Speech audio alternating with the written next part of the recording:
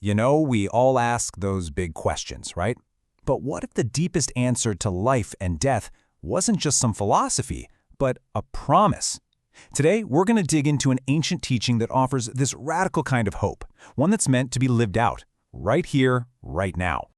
I mean, this is the question, isn't it? It's something that has haunted humanity forever, and, it touches every single one of us. Is this life all there is, or is there something more waiting for us on the other side? We're going to tackle this question head-on.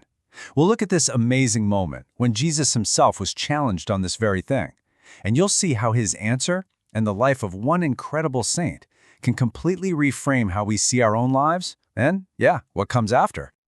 All right, let's dive right in. The story kicks off in the Gospel of Luke. Picture this.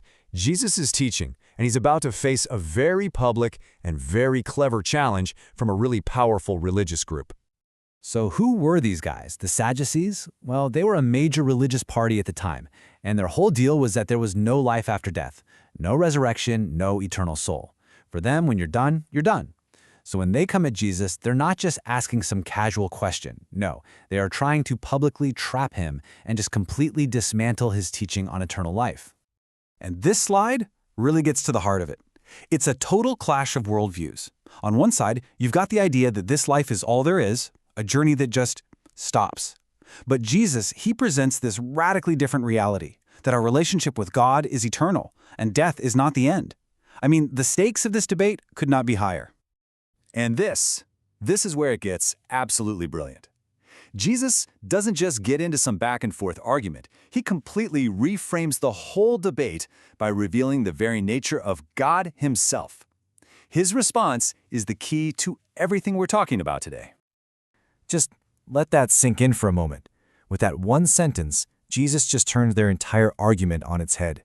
He's not just talking about some future event, he's talking about a present reality, right now. So, what does that actually mean, to be the God of the living? It means God isn't some distant figure who just remembers people from the history books. Nope. He is an active, dynamic force sustaining life, even for those who have passed from this world. Abraham, Isaac, and Jacob, they aren't just names in a story. To God, they are alive. And this isn't just some abstract theological point, It directly defines who we are.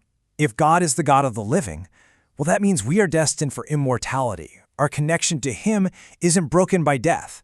And that means that all the saints who've gone before us, they aren't just memories. They are truly alive in him, right at this very moment. Now, it's one thing to hear this teaching, but it is something else entirely to see it lived out. And that's where the incredible story of Saint Cecilia comes in. Her life is just this powerful testament to this exact truth. Okay, so Saint Cecilia was this young Roman noblewoman who was martyred for her faith. But what makes her story so absolutely stunning isn't just her courage, it's the profound joy she had, even when she was facing death. She truly lived like she served the God of the living. See, for Cecilia, this life wasn't just some cosmic waiting room for the next one. She got it. She understood that her faithfulness on earth was already part of her eternal union with God. Because she knew this, she had zero fear of the end. For her, death wasn't a brick wall. It was just a doorway.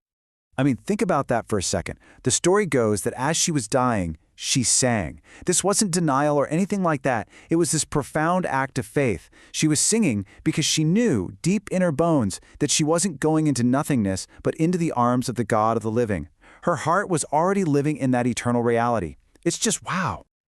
So we've seen this powerful teaching. We've seen this incredible example. The big question is, how do we bring this ancient wisdom into our lives today? How can we start living as if our hearts already belong to that coming age? The key is this practice called joyful fidelity. And listen, it's not about grand, heroic acts. It's about finding God in the small stuff.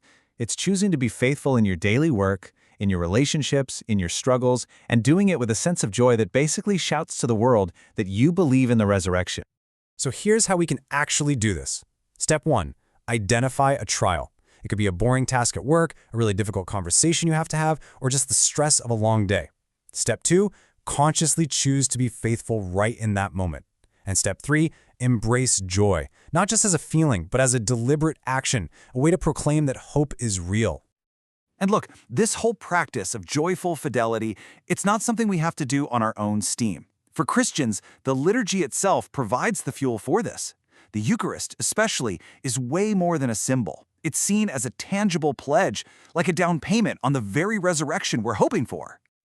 So what does this all mean? When you boil it all down, it comes to one simple, world-changing truth. Because we have a God of the living, death does not get the final word. Hope does. Life does. End of story. So that leaves us with one last question to carry with us into our day.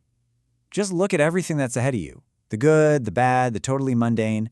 In the middle of all of it, where will you find your pledge of resurrection today?